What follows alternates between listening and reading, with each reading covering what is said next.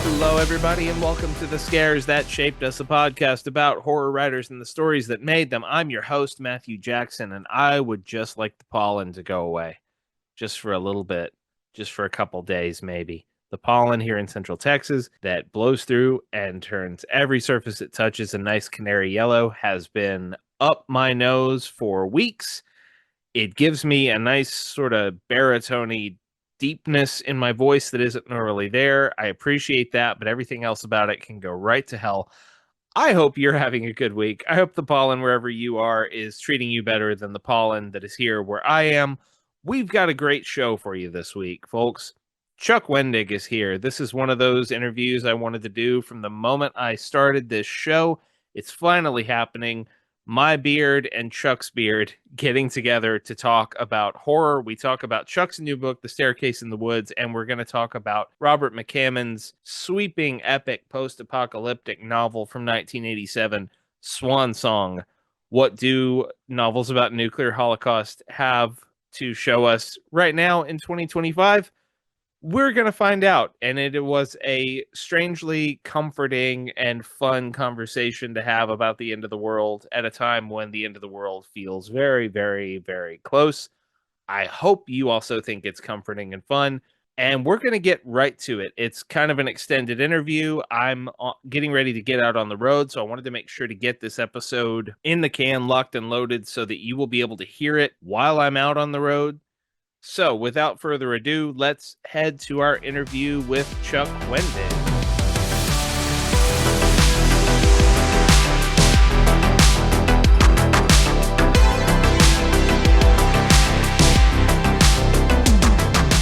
Joining us this week on The Scares That Shaped Us is one of my favorites. He is the author of novels like Wanderers, The Book of Accidents, Wayward, Black River Orchard, and his new book, The Staircase in the Woods, which you can find wherever books are sold, April 29th. Chuck Wendig, welcome to the show. Hey, thanks for having me. What's up? My pleasure. It's great to talk to you. It's always great to pick up a new Chuck Wendig horror novel. I appreciate And that. I was especially intrigued by the hook for Staircase in the Woods, and what's fun about it is the hook is right there in the title. You don't really the have hook to... is there in the title, and that's all they really put on the flap is essentially the hook. Like there's Yeah. no deeper spoilers than what's on the flap copy of the book. It's pretty cool. Well, with that in mind, and we aren't gonna spoil the book for everybody because they can read it here in just a couple weeks. But I wonder if we could get your perspective of what you would call a brief teaser for what The Staircase in the Woods is. I mean, the flap copy covers the general thing, which is like, five teenagers go into the woods in the late 1990s. They encounter a staircase there in the woods, mysteriously. One of them goes up it, disappears. The staircase disappears along with him. And then 20 years later, present day, those four remaining adults, now adults, come back together again because they find a second staircase. But I mean, like in the sort of gnarlier pitch, right? It's sort of about friendship and broken friendships and friendship breakups and adulthood and how, trauma kind of shatters us, especially early on in life, and the cascading effects of all of that can have on friendships, families, jobs, futures, destinies, everything like that. It's a really fun setup, but of course, the thing that we are dancing around talking about is what actually happened to the friend whose name is Yes. Maddie.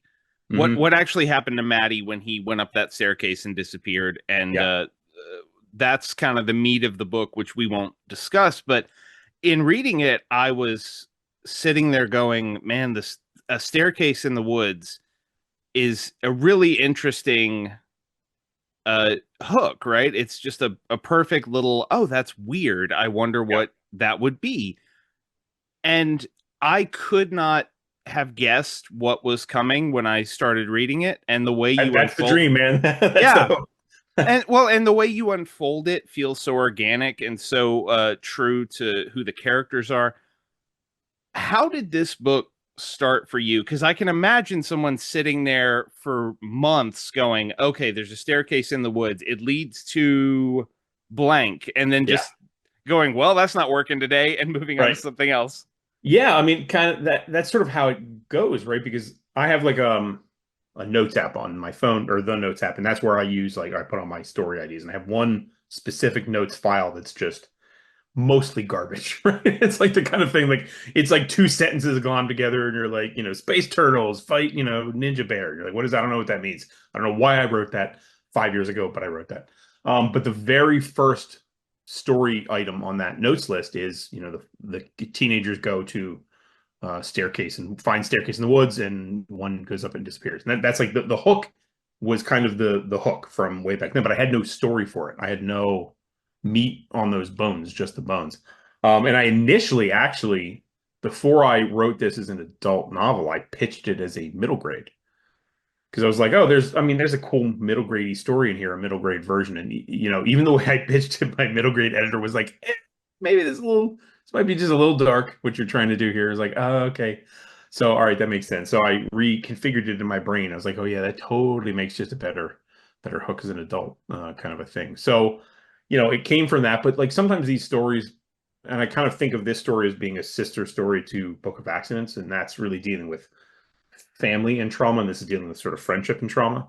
Um, I think maybe I tried writing Book of Accidents, I think two other times over the last like 20 years.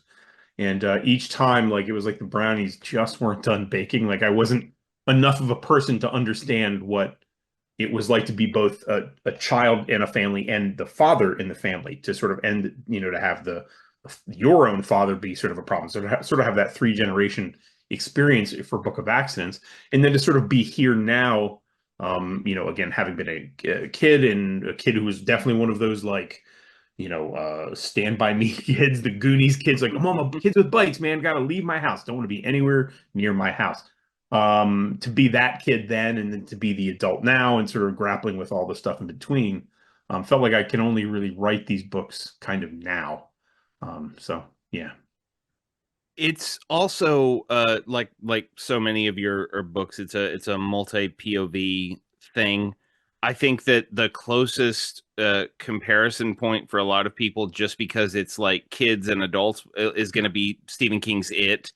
But hmm for me, there was a lot of I also am drawn to. There's a great comic that Kieran Gillen wrote called Die, I which love. is yeah, Die is brilliant. That was very good. Yeah, and I'm wondering, do you think in terms of influence at all when you're writing? Do you try to push that aside? What was in your head as you were trying to get the shape of this thing and the tone of it? I try to push it aside just because if I lean too hard, I mean, obviously you want to be aware of things because you want to kind of write your own story.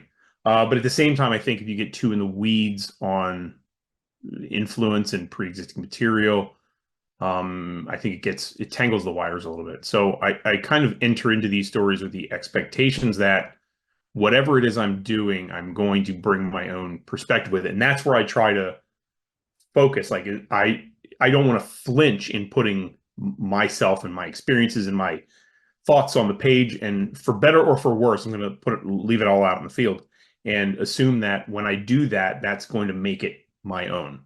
And be a thing that stands on its own in part of a canon as opposed to just derisive of it. So you mentioned trauma, which is the big word looming over so much of horror right now. It is. It's Uh, actually a little. It's probably a little lazy because it's been. I mean, it's like really the whole thing. It's the whole bag of. It's arguably the entire thing of fiction is just trauma and conflict. But yeah, yeah, yeah. I mean, it is the buzzword, and it's become such a buzzword that entire movies and books have been shaped around a metaphor for trauma in the yeah, horror space, right? mhm, And sometimes it's done well, and sometimes it's very, very clunky. yeah, And I found it really interesting the kind of tonal dance you do in this book because it's very clear. And I mean, the characters even spell out, several of them have really bad home lives and they yeah, feel that sort of breakfast clubby pressure of adulthood looming. And then all of that stuff informs who they are as adults, and they carry the trauma of what happened to their friend with them as adults. yes, But it never feels like you stop the book and go, okay, here's what trauma means in the staircase in the woods. yeah, Um, Is theme something? I mean, we just talked about influence and not trying not to think too much about that, but is theme something you're thinking about while you're writing, or is it something when you look back you go, "Oh, I guess that's what I was writing about." I mean, I may have like a real vague sense of kinds of less a singular theme and more like things I'm trying to say, or even more importantly, not necessarily trying to say, but things I'm trying to deal with. Just because I have issues and questions and fears and anxieties, and so I definitely feel like fiction for me is a great place to summon and control those anxieties. And we'll get back to that subject a little bit with the book we're talking about today. But yeah, so for me, the goal isn't to sort of enter in with like a message or an idea, though then when you get to the point of editing, maybe you start to kind of tease out like, oh, here's some threads, and those threads deserve to be, wound a little tighter, painted a brighter shade of red. You kind of start to tease stuff out and see it in there for that book. And that's really one of the fascinating things is this is a book that was made for me in the edit, but it's like a ship of Theseus edit. Like I fundamentally very little changed from the first draft to the second draft. Yet I everything changed. So like I kind of repainted and reskinned so many of the chapters as to kind of this like little finessey things as to how they were interacting with each other, things they said to each other. Maybe move this thing here and that thing there, and you're like, well, fundamentally, again, the exact flow happens. The same characters exist. What happens to the characters was always the same, but it still feels like an entirely different book. And sometimes part of that is just finding those things that you want to like bring out of it, those sort of flavors, so to speak, and editing them in a way that they ideally pop better. Well, this brings me to something I wanted to ask about, and it's a I don't want to call it a small moment in the book. It's a brief moment in the book, but I think it informs a lot of who the characters are, which is there's a moment when they're all coming back together as adults, and one of the characters turns to one of the other characters and says, "Okay, so spill it. You voted for Trump, right?" And it Yeah. becomes this whole discussion, and it is informed by who this person was as a teenager, obviously. And I knowing your online presence and the way Mm. that you engage with this stuff in real time, I was like, oh, I can see why Chuck would have a go at a character like this on the page Yeah. just to kind of work some stuff through. Um, So I'm going to tell you right now that the Trump thing is gone from the final book. oh, it is? That scene is still there, but now it refers to the stand-in president Creel from Wanderers Wayward, and he's referenced in I think Book of Accents as well. Oh, Yeah, so we changed the Trump, like the red hat reference is still there. All the references are still there, so it's clear who we're kind of thinking of. But I started to flinch because I started to see some of the early reviews and people were like, ugh, and like for either people who were first of all being like mad at politics, which is not something I'm super concerned about because books are what they are. But then I did start to think, and this is pre-election that I'm editing the book, right? And I'm like, do I, whether he wins or loses, do I really want to make people think about him overtly, like just drive that nail right into their eyeballs and brain at the start of this book? And I was like, maybe I don't. And I'm like, well, if we're going to deepen this as part of the sort of Wendig verse canon, like there's these other tie outs to whether you Black River Orchard or Book of Accents or whatever, then maybe referencing Creel serves as a suitable stand-in while still relaying that point, but also not being like Trump, like because the reaction to seeing his name could be visceral for some people and not necessarily in a good horror way, but in the bad horror way. So yeah, we changed that name to be Creel now. so is this something we need to cut out for the final podcast? Oh, you can keep it. I mean, I think it's an interesting conversation. That's up to you. No, Okay. I mean, I the arc, the NetGalley arc yeah, was the sent arc to would have me, had Trump. yeah, Yeah, a would have while stuck ago. into it. So, okay, Yep. well, that is actually more interesting because I mean, like, even if you change, obviously, the presidential stuff in Wayward and Wanderers is its Yeah, own bag of worms that clearly it is. ties to reality. Clearly, yeah. I mean, yeah, I'm Um, not fighting that. Sure. yeah, so I don't think, and I like I said, I don't think anyone who knows you and your work is going to be surprised by your No, no, political no, no. leanings? No, but I also wanted that scene to feel uncomfortable from sort of every angle. Not that I don't disagree with Lore in a lot of ways, but Lore is sort of appearing out of nowhere and being like a dog with a bone, just like I am going to town on this meal right now and attacking you for a person I haven't seen in, 20 years, for their perceived political faults, is both interesting and also like kind of an uncomfortable scene.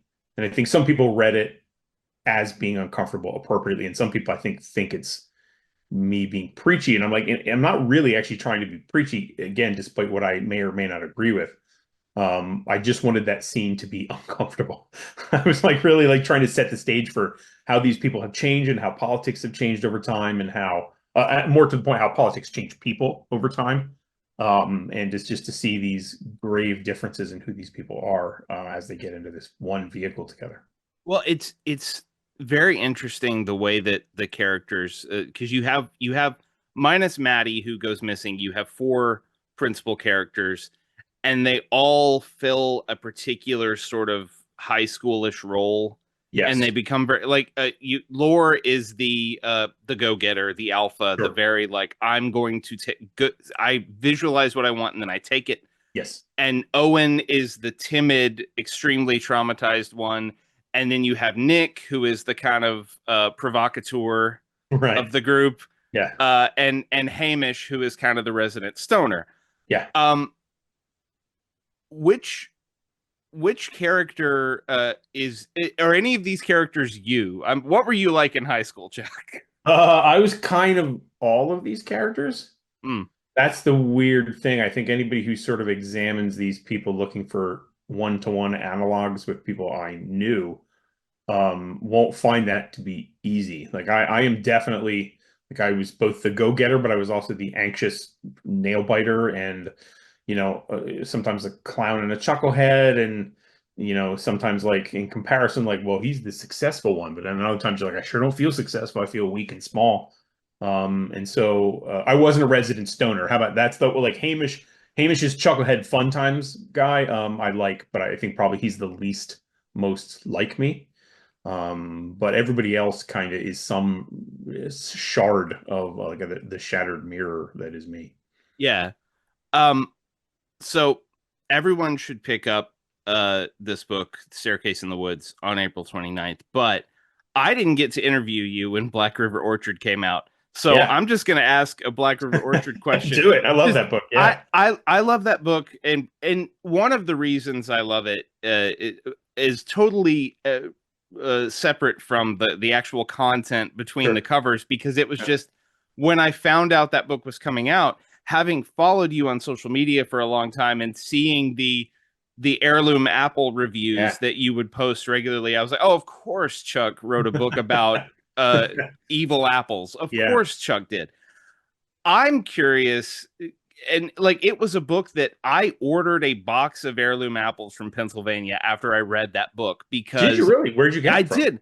I don't remember now because it was, I have a 2-year-old in the house, and Oh yeah. all the memories are gone. The last two Yeah, you're in years are trouble. just one.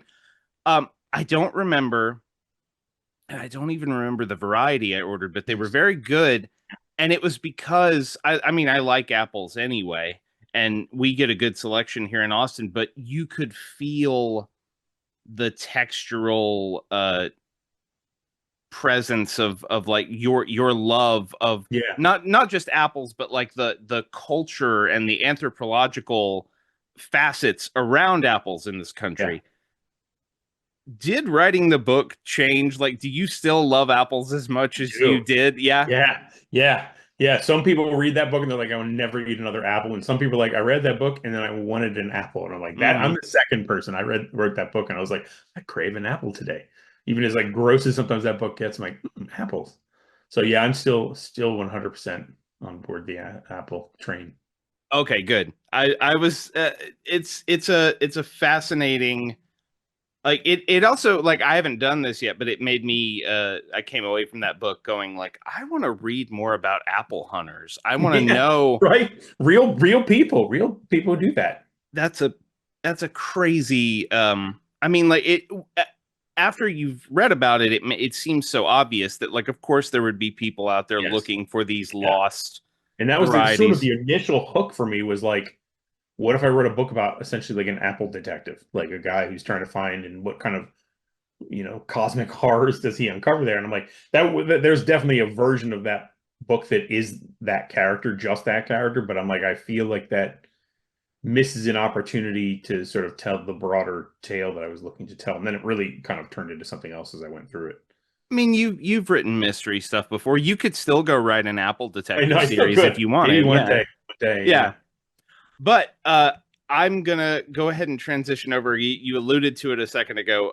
We are talking about a behemoth of a story today for our topic, and I think anyone who read stuff like Wanderers will not be surprised that Oh. the story you brought to us is Swan Song, the 1987 novel by Robert McCammon about an America decimated by nuclear war and facing potential permanent ruin amid the rise in fascist militias Yeah. and mysterious con men and, you Hmm. know, all that fantasy stuff that has no bearing No bearing on reality today or then. Yeah. on the world we're living in right now. So, Yeah. uh, Chuck, when did you first encounter Swan Song? Uh, when did it come out? 87? Is that when it came out? So I probably encountered it maybe 88 or 89. So like I had a really fraught relationship with horror in general. My sister, who is about 11 years older than me, she would go to horror movies and then tell me about them. And like I remember her telling me about The Exorcist, and it was that classic like, oh, it's so scary that people are going to the movie theaters and they're like throwing up or fainting or having heart attacks and dying. And so for me, it was like horror became itself like the monster, right? I was like, horror is anathema. It doesn't matter what the content is, just the very idea of something that sets out to scare you was itself sort of existentially terrifying to me. So I avoided it. It's like I'll never like it. I don't ever want to see it. And so, I'd go to like the video store, and you'd have that whole wall of like rawhead Rexes and Cenobites and stuff. And I'm like, I don't want to see any of that. So you do the whole orbit around, and I'd usually wind up at something like science fiction section. And so there was, of course, a little movie there because I liked Star Wars and I liked, especially loved the aliens. Star Wars, they're a lot of fun. So I was like, well, what if I end up with this movie called Alien? I'll take this home. And at that point, like no one is telling, what am I, 10, 11 years old at that point? No one's telling me I can't rent that movie. My mother doesn't know anything about it. The video store does not care. So I took that home and watched it. It sort of like both broke my little brain. And I was like, oh, wait, but that was great. I'm fine now. Like that was really good. And so that sort of like burst forth my, in a chest burster sort of way, my love of horror. And so my sister was also a big reader, and she walks up to me and hands me two books, actually, both maybe three, because I know Stephen King's The Shining was maybe in that batch. But the two first books that I read were Stinger by Robert McCammon and Swan Song by Robert McCammon. And so, you know, I was like of that age, which you obviously, I guess, probably are as well, where you're like, good night, sleep tight. Like, Russia may annihilate us with nuclear weapons, in the middle of the night. You're like, wait, what? What did you say? Like, no, it's just fine. Just hide under the desk. You'll be good. We had this constant threat of like, there might one day be a nuclear exchange and we all might die in nuclear fire and nuclear winter. So here was this like massive horror novel that I was just starting to, I never really read a horror book before. And it was about one of the things I was genuinely actually terrified of. It wasn't just like, oh, there's a vampire. Ooh, that's scary. It's like, no, the real thing that I'm worried about is here in epic, epic. I mean, the book looks like a brick. So I read that then, and I was like, this is a whole different thing for me. And it weirdly made me feel very comforted after, which is probably strange, but there it is. There are so many things to unpack and talk about here, but I want to briefly go back because this is a slowly building recurring theme on this show, which is the glory and the wonder of video stores in the Hmm. video store era. Um, I too had the experience of not watching horror as a child, but we would go to the video store in my little town of 1,500 people, because we used to be a proper country. We had a video store, Yeah. and it was just a mom and pop. Yes. The guy who owned the hardware store had a video store next door. Sure. He owned Yep. the whole block, so he had the and it was I remember very clearly the horror section was on the right hand side of the room. So if you came in the door and veered right, you knew you were going to see the horror boxes. And if you veered left, all the other stuff, new releases, family films, dramas, Sure. whatever. And I remember being so scared and fascinated by those boxes that Yeah. I would sort of wait for my dad to wander away to look at something or to talk to the guy who owned the place. And then I would sort of go creep around the horror aisle. And And I he's like, remember, what's I that? remember, I remember one day I was like just looking at the covers and getting creeped out and not wanting my dad to know I was doing it because he didn't want me anywhere near horror. And the floorboards underneath the shitty carpet in there creaked under my foot, and Yeah. it was like my first jump scare. Like, it Yeah. freaked me out, and I immediately like rushed up to the counter where my dad was and was like, I wouldn't do anything, everything's Yeah. fine. But do you have a favorite like video store? Everyone has the one. Like, what was the one box that freaked you out that you kept going to? Do you remember? Ooh. Uh, I don't. I mean, Rise said the what is it? Rawhead Rex is it Rawhead was Rex, yeah. yeah. Rawhead Rex is a good one. Suspiria freaked me out in a less like gory, freaky way, and more like just what is happening in this movie? Like, is that a lady? Is it horror? But what's going on here? Um, I mean, Nightmare on Elm Street, and that was probably one of the first sort of like horror movie series. Because like back then, even in elementary school, there were like other kids who were like, "I'm dressed up as Freddy Krueger for Halloween," and you like later you're like, "Oh, that's super fucked up." Yeah. So like dressed up as a child killer, question mark, for your Halloween costume, and that no one really cared about that. But that was definitely one of the ones where you're like, I don't know what's going on there, but that dude doesn't look okay. He's got knife hands. Mine was Peter Jackson's Dead Alive, aka Oh Brain shit. Dead, which Yeah. is, for those who don't know, and you can Google it, it's a woman with very wide scared eyes Yeah. holding open her mouth, and there's like a little skull So good, man little in her man. mouth. Yeah, little man in It's there. an amazing box. And the other great thing about Dead Alive is you think that it can't possibly live up to the box, and you're Oh, wrong, because that I mean, movie it goes well rules. beyond the box. Yeah. Lawnmower and yeah, that's just slipping around and everything. Um, so moving on to nuclear holocaust. Well, of course, the comforting topic of nuclear holocaust. So I was not like culturally aware of like world events because I was born in '86. So Okay, so you're 10 years you kind of ducked some of like the freshest of yeah, fear. by the time I sort of knew like there was the US and Russia and they were at odds with each other and all that, the Berlin Wall had already come down and all that Yeah, things stuff. were fading in the rear view, yeah. Um, but I had all of my school teachers were like baby boomers who had grown up Yeah. under the specter of that.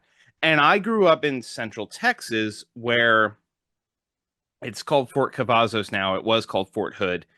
It was about an hour and a half from our house. Oh, and was And going to be a nuclear strike place yes, because yeah. it was one of the biggest military installations in the Yeah. world. And I remember multiple teachers talking about nuclear bombs and how powerful they and deadly they were, and they would tell us if Russia decided to launch a nuclear missile at Fort Hood, we would all be dead. Yeah. And it was Good just night. this like, oh, is there anything you can do about that? And they're like, no, all you can really do is be far away. That's all you Yeah. can do. Yeah. And even then it might not work. And it was just this amazing, because by then we didn't do, I didn't have the duck and cover drills or anything like Yeah. that. So Yeah, we didn't either. It was just like it was just a thing that adults talked about, and they talked about it so casually, like, yeah, it Yeah, could happen. It could yeah. happen, but what can you do? You'll You just just be a have to, shadow on the wall. Won't that be cool? If yeah. there's a you're a shadow on it. And don't worry, like, don't worry, you won't feel it. And I was like, well, I'm still worried because I don't want to die. And no, My no, no, no, upsetting no. one was when they were like, no, no, if you're far enough away, but not all the way far away. If you're just a little too close to it, close enough to live, you might get enough of a heroic dose of radiation that you'll walk around for like 24 to 48 hours, not aware that you're going to die from it in the walking ghost phase. Like, Yeah, no, cool. you'll be alive. It's just your insides will cook Yes, slowly, slowly but and surely. you know. But so getting into Swan Song specifically, Hmm. um, it is one of those great 80s horror paperbacks that Yeah, is always floating around. You can still go into secondhand bookstores and pick up that massive paperback, yeah. and it's been re-released several times. Um, would you mind taking a crack at sort of explaining the plot of Swan Song? Oh yeah. Well, there's Sue Wanda, aka Swan, who can, if I recall, grow plants and maybe heal things. She's a special girl who has a coalition of people like Black Frankenstein and Sister Creed. Sister, it's been a Creep, while. Creep, Sister Creep. Sister Creep. A homeless woman who survives the blast underneath New York, if I'm correct, or at least the East Coast somewhere. And this sort of it's like a weird, demented nuclear holocaust version of like Fellowship in the Ring. And ultimately protecting her as a demonic-like figure stalks them from the irradiated wasteland, and then it's just this like nightmare road trip novel. Like I remember the Straitjacket game was just a horrible experience inside of a Walmart maybe where they Mm-hmm. like chainsaw. Oh man. Yeah, and then there's the Forces of Darkness. It's kind of a little the stand, and you have that the Forces of Darkness mount inside the mountain, and yeah, it's ooh. Yeah, this book gets The Stand is the easy comparison because The Stand Yes. came out 9 years earlier, and they're Right. both gigantic sci-fi, fantasy, horror hybrid novels Yeah, about good versus the evilish. yeah. Yep. I think that, and I think it's a reasonable thing to group them together, but I think that because The Stand has loomed so large for so long, and I'm guilty of this, Swan Song kind of gets short shrift. But It does. yeah, looking back at it for this, and I wasn't able to like read every single, like I had to read fast. But looking back at it, Yep. because it's such a big book. It's like 980 pages and it's huge. Yeah, it is so fascinating how purely imaginative it is in a way that not to say that The Stand is not imaginative, but it is McCammon just like emptying his toy Oh, box. he Just absolutely does. Yeah, he goes hog wild with that book. It's unrelenting from the very beginning. Um, yeah, it's definitely way more like heavy metal poster than The Stand is, like in black light, neon nightmare realm. The magic component is more present from the very beginning. Whereas The Stand, it kind of builds to it, and then at the end, it's like all like, ooh, magic everywhere. There's a lot of magic, and then it's Swan Song leans into that more. I just responded better to Swan Song early on. I read The Stand. I tried reading The Stand around the same time as Swan Song, and it didn't quite click for me. And then in like high school is when I sat down with The Stand and fell in love with that book. yeah, But for me, the first one was definitely Swan Song. Something about that. I think maybe because it was so like over the top, like I don't know, supernatural really isn't even exactly the word, and it's not really fantasy either, but it's its own thing. Even yeah, the cover, the original paperback cover with the devil face sort of leering at you. yeah. One thing I was struck by as well, and talking about the more realistic components of the book, is it is about a nuclear Yeah. holocaust, and it picks up with sort of laying out, not in too much detail, but laying out kind of the political situation in the world, Yes. Yeah. which is essentially the US, Russia, and China are all at odds with each other. There have already been nuclear attacks when the Hmm. novel begins. Like, not in America, but No. nuclear weapons have been used. Yeah, but yeah, at borders and so forth. Yeah. And it's the president of the United States just sort of, Isn't he regarding fire like a match or something like that? yeah, Yeah. he is trying to wrap his head around a concept that is too big for any one person to wrap their head around, which is like, what happens to the world if I launch all these nukes? How do I live with it if I live with it? Right. Um, and you feel the weight and gravity of the moment, and then McCammon does a really smart thing, which is just sort of getting down in the dirt with people who are just trying to get on with their day. Hmm. And it slowly builds into, oh, all of these bombs are dropping. And Yeah. it's so grimy. Like the first 150, 200 pages of this book are Rough. just people in the dark and the shit and the dirt. Yeah. Just and Tunnels it's and roaches and yeah. it doesn't feel like like I know that they're trying to adapt this to like a streaming series, I think, right Yeah. now with Yeah. Greg Nicotero, and I hope that they keep the like cruddy factor, because he does Yes. realistically like go, hey, if you were in a nuclear blast of any size, even if you survive, you're gonna be messed up. So like Swan and Black Frankenstein, Yeah. whose real name is Josh, but he's Okay. a he's a wrestler who Wrestler. goes Yeah. by Black Frankenstein, which is amazing. Yeah. Um, Yeah. She starts getting the Job's mask.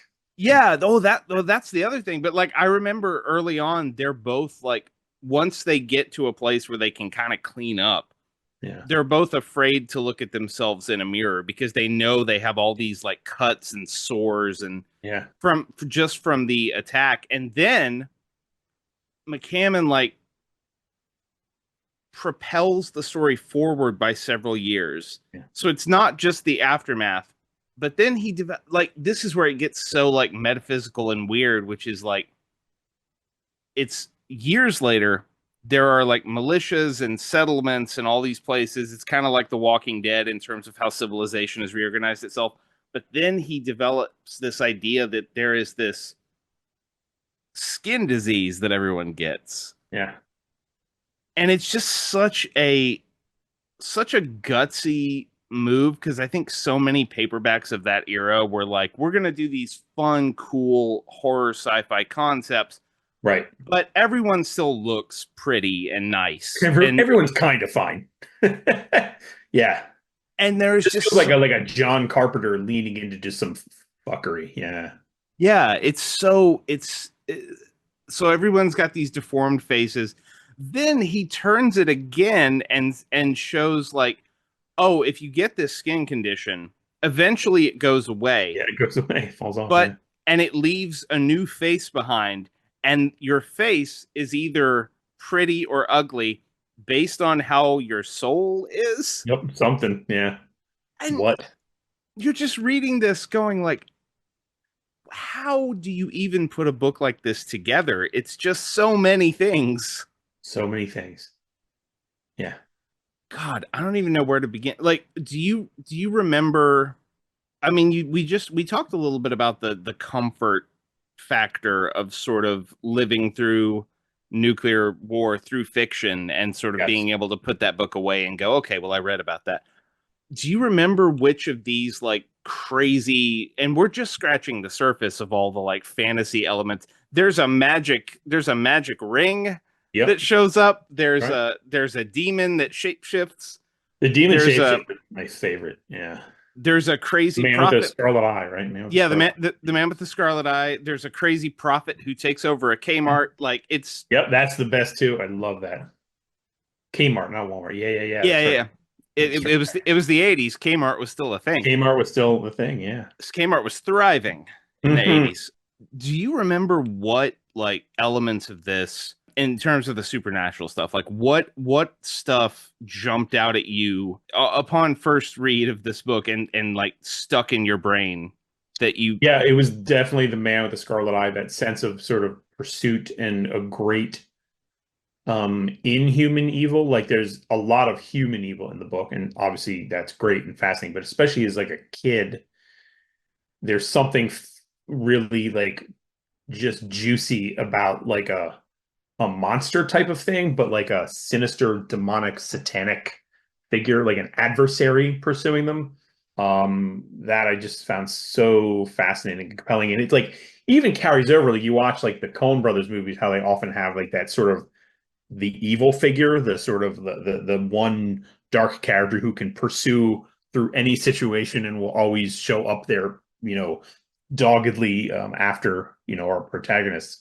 That just is one of those things that works so well for me. And then to sort of carry it forward to like, my own books and so I just love that stuff. Yeah, it's great.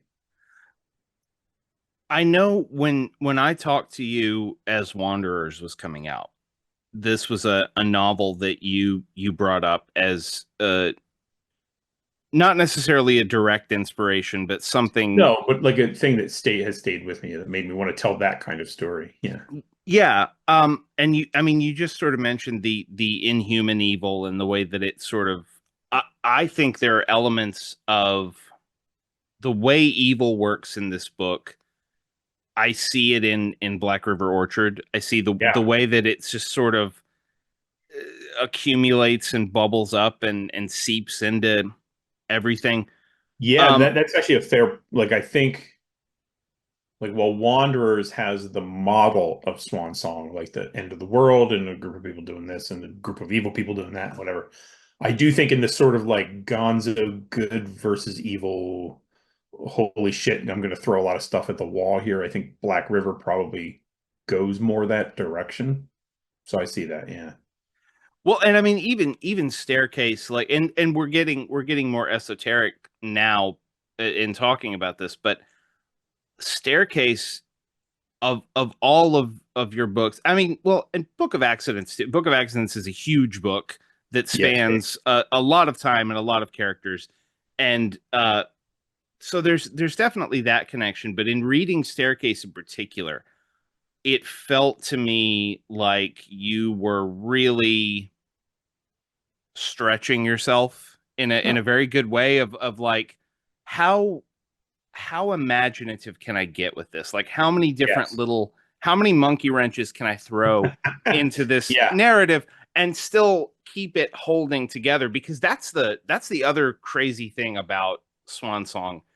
Um, and I think it's McCammon's great gift as a storyteller and why he sort of remains one of those authors from that paperback boom that we Yeah. keep going back to is he you really get the sense that he was sitting there gleefully just like, oh, and what if there's a cult inside a Yes. Kmart, Yeah. and what if this girl can grow a cornfield in the middle of nuclear Right. winter? Isn't that Right. crazy?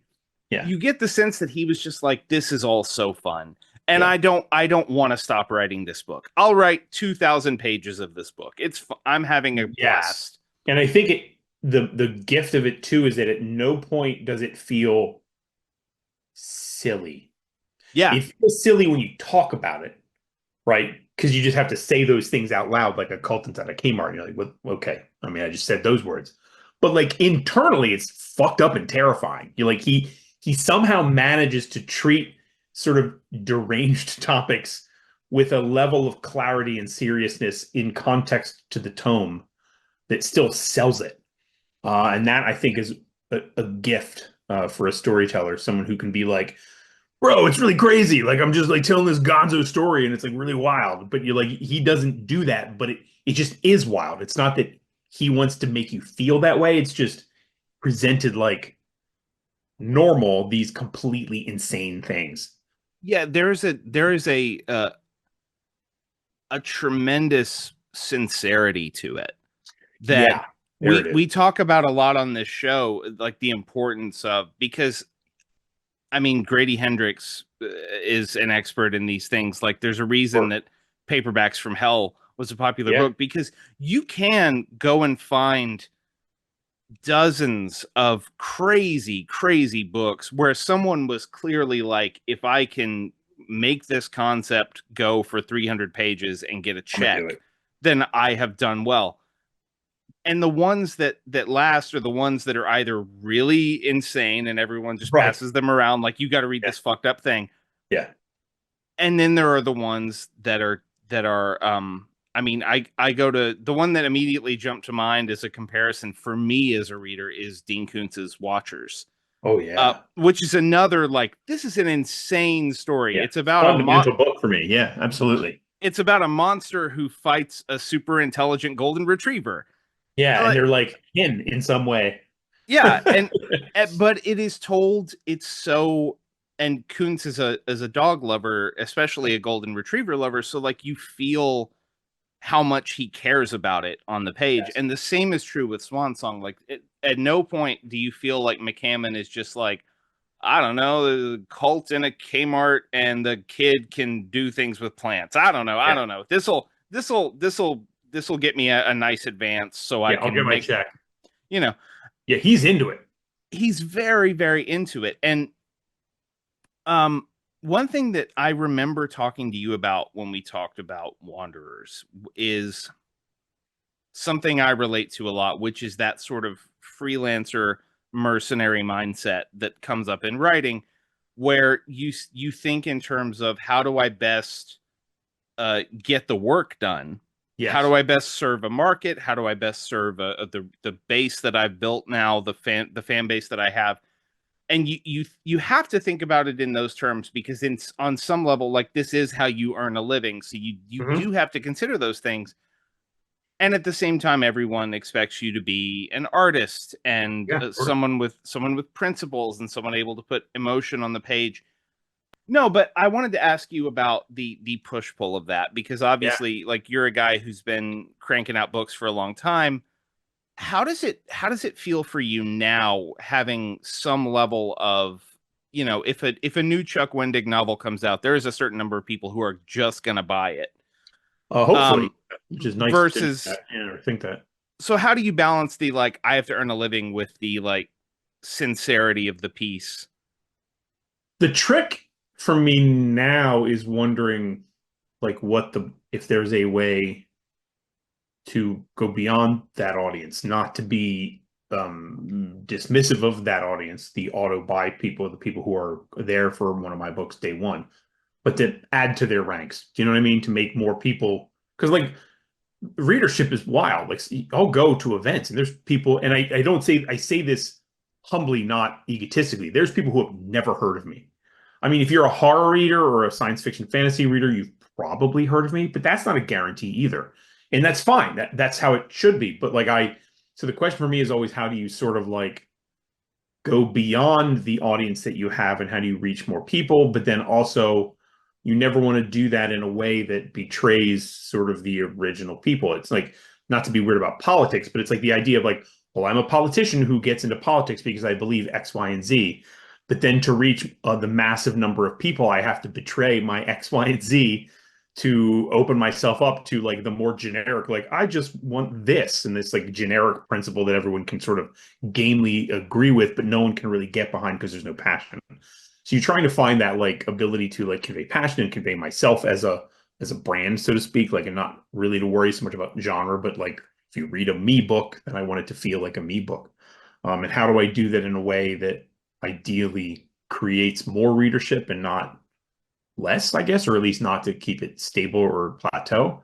And I don't have any good answers there. So like the best I can kind of do is write the first draft for me and be like, this is a book that I love and a story I love or care about very much. And I increasingly believe that storytelling is this like exhortation against loneliness, this feeling that like I'm in the dark and I'm gonna yell, and I hope someone is in the dark with me and they're gonna yell back.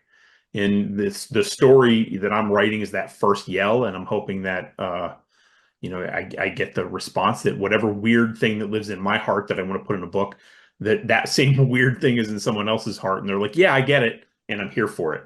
And then the edit is the sort of the mastery of that aspect, and so making that weird thing that I'm hoping is the thing for this book, make it as best as I can make it. And that, going back to that idea earlier of like teasing out these ideas and bringing the things that I think are in there to the forefront. So it stands out in the way that it needs to stand out. So it's technically good in addition to being the weird thing of my heart. And hopefully in that alchemical combination, there's enough people who are like, yeah, I'm in. All they need is the buy-in to someone to say, yeah, I'm in. And then they show up for the next one. With all of that in mind, you have a reader base in horror now.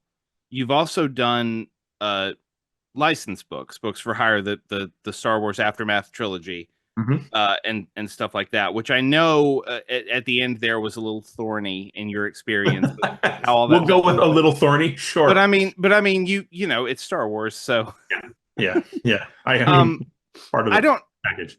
Yeah, it's with everything that you just said about your process and what makes sense to you now in terms of striking that balance is how do you look back on those work for hire novels now, and is that something that you would ever explore doing again with any IP, not just Um, Yeah, ooh, boy, that could be a whole hour-long podcast. Uh, I look back, generally speaking, fondly on my time in Star Wars, specifically the novels, a little less of the comics. Because I really enjoyed writing those books. And I enjoyed the team I worked with to get them done. And they arguably are the thing that let me get to Wanderers. And ironically, the thing that got thorny at the end, which essentially was Star Wars sort of, rejecting me back into the world, was the thing that then let me really write Wanderers. Because there's like this weird ambient knock-on effect of like a big giant brand like Star Wars, right? In that you kind of feel like people are excited about you. They're mostly not. Like they just want the spaceships and the PPU and they want the Star Wars. And so it kind of feels like, oh, I'm getting all this press and you're getting all this attention. It's like, well, not really. Star Wars is getting the attention, and I happen to be like, I'm Yoda on Luke's back. Like I'm along for the ride. I'm not important to the equation, but I'm really not why people are showing up. So, the fact that I was able to then leave Star Wars again and not get caught in that sort of like this feels good. It's like chasing a dragon, like this feels good. This drug is nice for a time until it's not. It gave me the sort of freedom and wide berth to then write something, to change my career ultimately, to leave the sort of science fiction fantasy stuff and kind of move into the horror that I really wanted to be doing all along. So it was good. As to whether I would do IP again, generally I don't want it. When I say IP, obviously anything I write is IP. It's just some of it's my IP and some of it's licensed IP. Licensed IP is tricky just in that like I can't make any more hay from it, right? Like I write the thing and they pay me the amount and there's maybe royalties, but probably not. And if they are, they're probably low. And I can't sell that for film and TV because it probably came from film and TV or they already have that locked up. I can't sell foreign rights. Maybe I get a cut of some foreign releases, probably not. So it's kind of a one and done deal. So there's no long tail for me for a licensed IP work or for really any author. So that's where like if I'm going to do it, it has to be something I really love. And Star Wars was something that I really loved at that at that time. And then I saw how the sausage was made, and then I became the sausage that got made. So at a certain point, you're like, well, I don't know if I want to do that anymore. I'd rather take my shot on my own book, even if if it's not a huge payday. I still have a chance to do more things with that thing that I wrote than I would with anything licensed IP. So you mentioned something interesting, which is being able to transition into doing the horror that you really wanted to be doing. And Wanderers is, like you said, I mean, it's this wonderful sort of hybrid thing where you get a big sci-fi high concept thing, and it's an adventure, and it's a road story, but it's also terrifying. And then you're able to move into like the Book of Accidents and so on and so on. Um, and it's not like dark subject matter was absent from your earlier stuff No, or no, anything like yeah. that. But when did you sort of realize as a writer that you were really interested in becoming a horror guy and being like, okay, I've got these dream Oh, novels yeah. that I want to put out now? Oh, from word one, like when I wrote Blackbirds. It was about a woman who can see how you're going to die when she touches you. I wrote that as a horror crime novel. It was explicitly meant to be supernatural, horrific, and have that crime veneer over it. And the initial publisher was like urban fantasy, and I was like, no, no, there's no urban and there's really no fantasy, but they're like urban fantasy. And then when the next publisher picked up the first three books again and then commissioned three more books, they were like, we're going to call this book, we're not doing urban fantasy. And I was like, okay, so what are we calling it? Like, we're going to call it the same thing that Joe Hill gets called. I'm like, finally, horror. And they're like, supernatural suspense.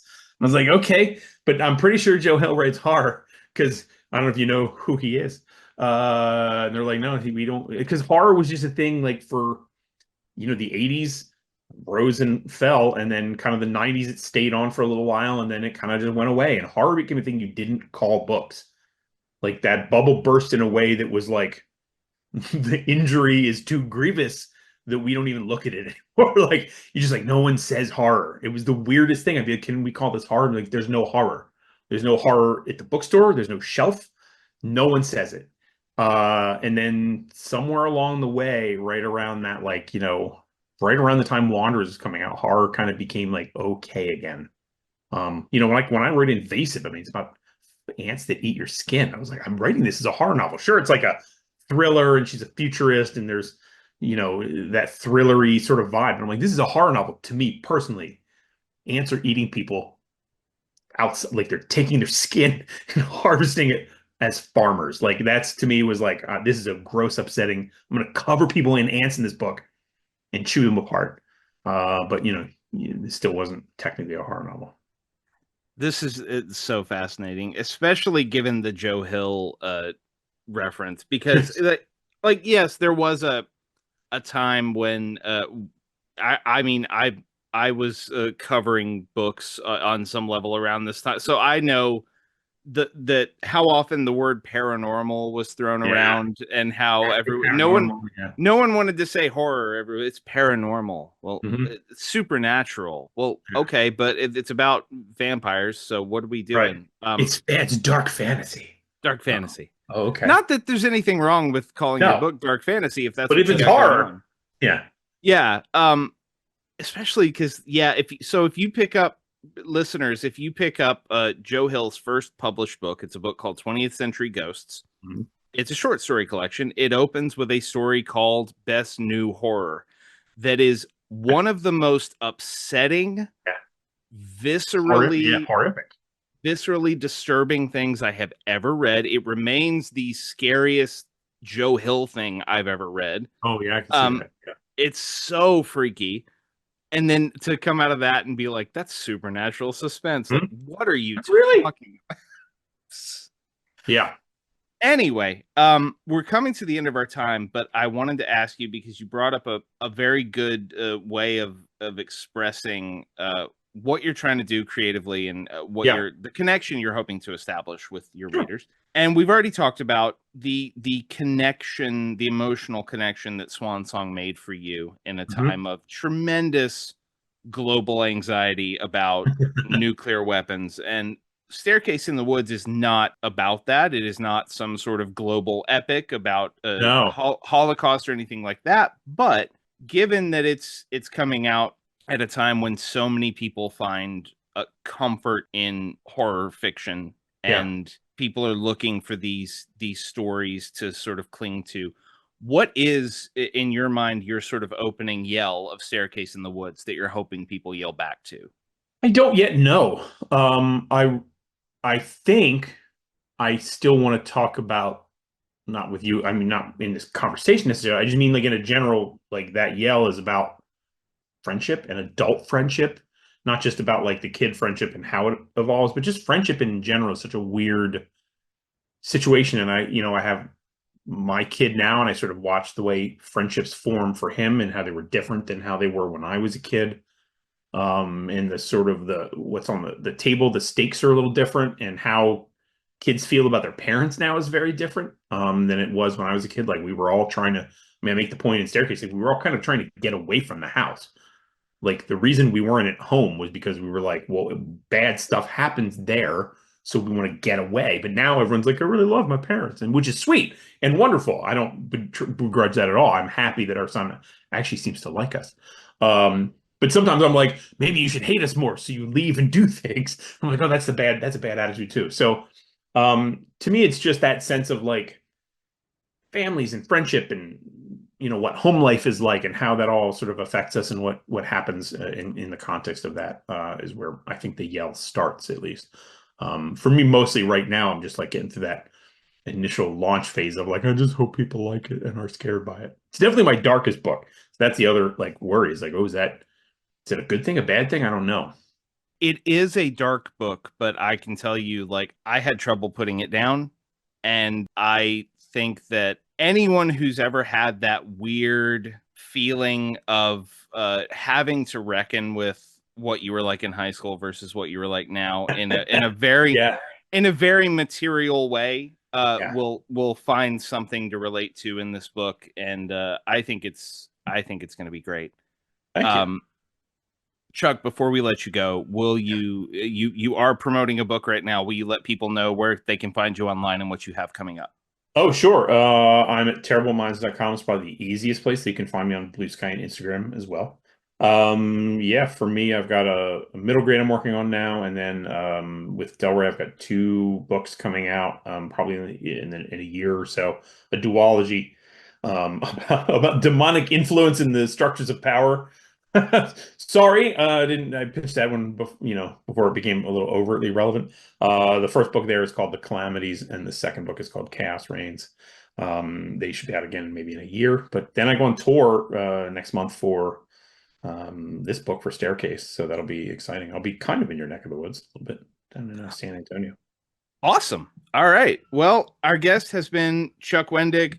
Chuck, thank you so much for Thanks. taking the time. Yes, It was a real pleasure. Back at you. Thanks once again to Chuck Wendig for being on the show. The Staircase in the Woods is available April 29th, wherever books are sold. I'm going to tell you right now, go pre-order that shit. It is fantastic. If you like Chuck's work, it is another great entry into the kind of loosely connected Wendig verse of horror stories, as he alluded to in the interview. If this is your first time with a Chuck Wendig book, this is a really great place to jump on. You're going to have a good time. April 29th, get the book.